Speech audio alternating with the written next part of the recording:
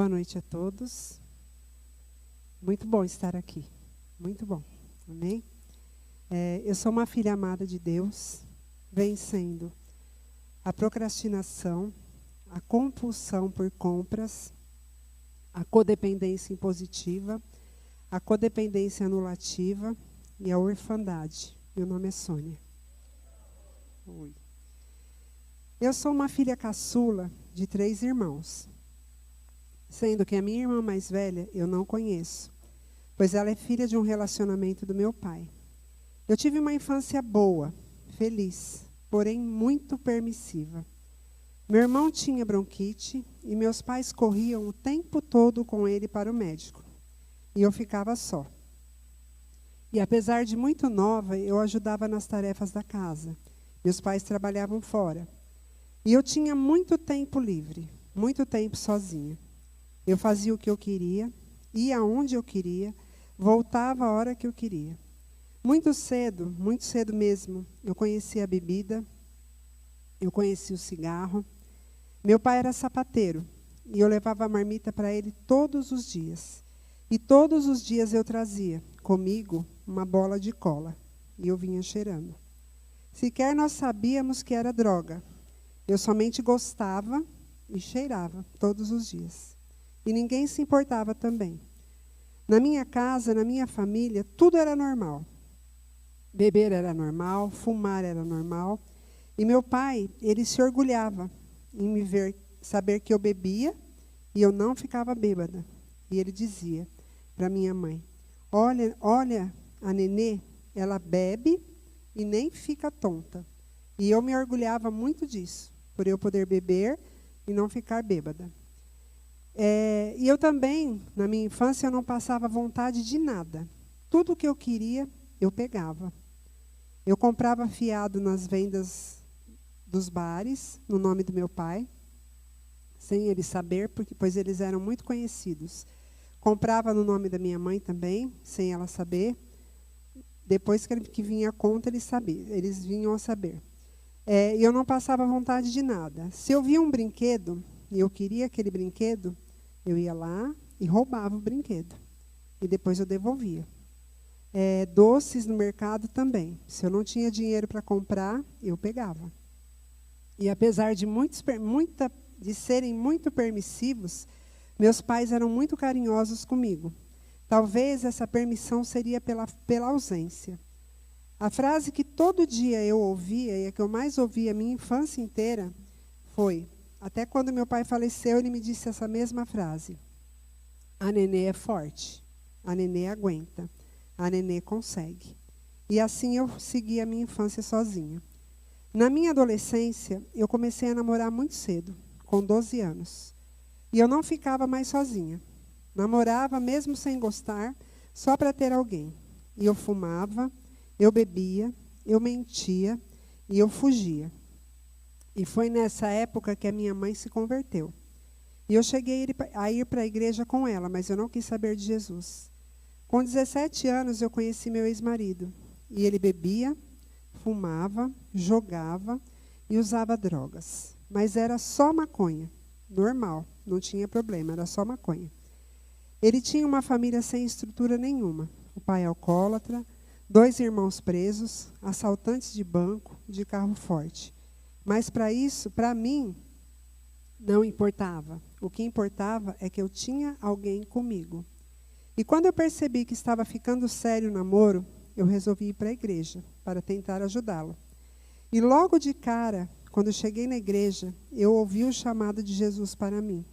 Eu sabia que não era aquela vida que Jesus queria para mim, que Jesus tinha algo melhor, que Jesus tinha algo maior, mas para isso eu teria que renunciar muita coisa, e eu não renunciei, eu não quis.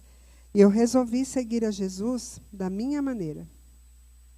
E aceitei Jesus, me batizei, e aceitamos Jesus, nos batizamos e casamos. E por um tempo nós vivemos muito bem, com fartura, sem drogas, sem álcool, sem cigarro, compramos caminhão, compramos banca na feira. Só que depois de um tempo ele voltou a usar drogas. Só que dessa vez não era mais a maconha, era a cocaína e era o crack. Perdemos tudo. E aí vieram as brigas, as mentiras, os roubos, as ameaças, a delegacia, as ameaças de morte. Por várias vezes eu pensei em matá-lo. Por várias vezes eu planejei matá-lo. E eu ouvia nitidamente uma voz na minha mente dizendo: mata, Deus perdoa, pode matar, Jesus é bom, Ele vai te perdoar. E tudo piorava cada vez mais. Certa vez, um traficante foi em casa cobrar uma dívida de drogas. E eu briguei muito com ele. E ele me ameaçou e disse que voltaria para me matar e matar a minha filha de 1 ano e meio. E ele voltou. E ele voltou com uma faca grande e ele queria me matar. Graças a Deus a minha vizinha chamou a polícia e graças a Deus naquela época a polícia chegou rápido. Outra vez meu ex-marido foi ameaçado e ele colocou meu filho, ele tinha 2 anos, e ele colocou o menino como escudo. Nós não tínhamos mais saída. E eu orei a Deus: Senhor, se o Senhor me tirar dessa vida, eu vou obedecer o teu chamado. E o Senhor ouviu. Meu ex-marido levou 3 tiros e foi operado às pressas. E ele teve uma reação. E ele nunca mais foi o mesmo. Uma reação química, não sei se foi no cérebro, eu sei que nunca mais ele foi o mesmo. E ele começou a surtar, começou a ter acessos de loucura e começou a fugir de mim, dizendo que eu queria matá-lo. E realmente eu queria matá-lo. E numa dessas fugas e loucuras, ele foi embora. E nunca mais ele voltou. Aproveitei essa oportunidade e nos separamos. E eu comecei a trabalhar para Jesus, servindo, pregando, fazendo a obra de Deus. E o Senhor foi me curando de todas as mágoas, feridas, só que eu não queria mais ninguém. E eu dizia para o Senhor: Senhor, se o Senhor tiver alguém para mim, o Senhor sabe onde eu estou. E eu cuidava de um ponto de pregação em uma comunidade carente.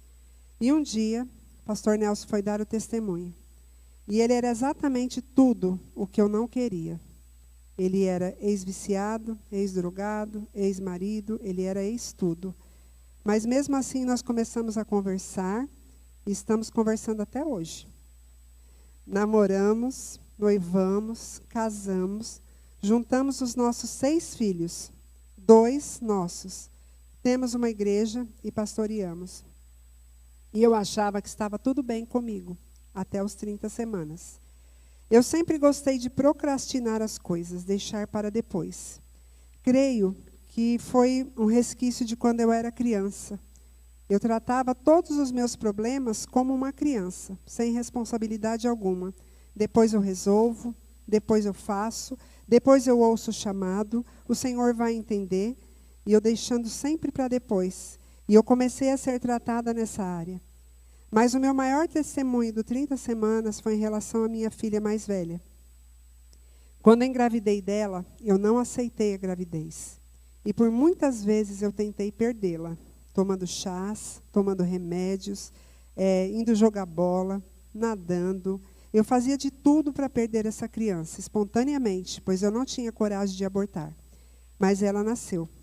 Ela nasceu, cresceu, casou-se, mas sempre eu sentia uma barreira entre nós, uma raiva, uma rejeição. Parecia que algo nos impedia de nos achegarmos mais perto com sinceridade. Eu sentia que era um relacionamento falso. E eu achava que era nela o problema, mas não era nela, era em mim. E na primeira aula do 30 semanas, nós falamos sobre aborto, sobre assassinato de inocente. E eu me senti como uma assassina. E comecei a pensar, se eu tivesse perdido. E comecei a imaginar como seria a minha vida sem ela. E eu chorei muito, me arrependi muito. Na minha primeira partilha, eu mal conseguia falar de tanto que eu chorei. E no outro dia, naquela mesma semana, no outro dia, eu conversei com minha filha. Chorei, pedi perdão novamente. E ela disse: mãe, você já pediu perdão, mas era de outra forma. Agora era diferente. Eu tinha realmente me arrependido. E eu sabia o que eu teria perdido se eu tivesse executado o meu plano de aborto. E eu achava que ela não me amava, mas estava em mim. O problema estava em mim, não estava nela. E eu precisava trazê-la de volta, porque um dia eu a rejeitei. E eu precisava dizer para ela o quanto ela era amada. Se eu a tivesse abortado, eu abracei, beijei e disse para ela: se eu tivesse te abortado, eu não teria o teu abraço hoje. Eu não teria você hoje perto de mim. Tudo isso em meio a muito choro e muito pedido de perdão. Eu pedi perdão, eu fui perdoada e me perdoei. E essa foi a maior cura dos 30 semanas em minha vida. E hoje ela é minha filha. E eu posso tocá-la sem medo. Posso abraçá-la sem barreira nenhuma.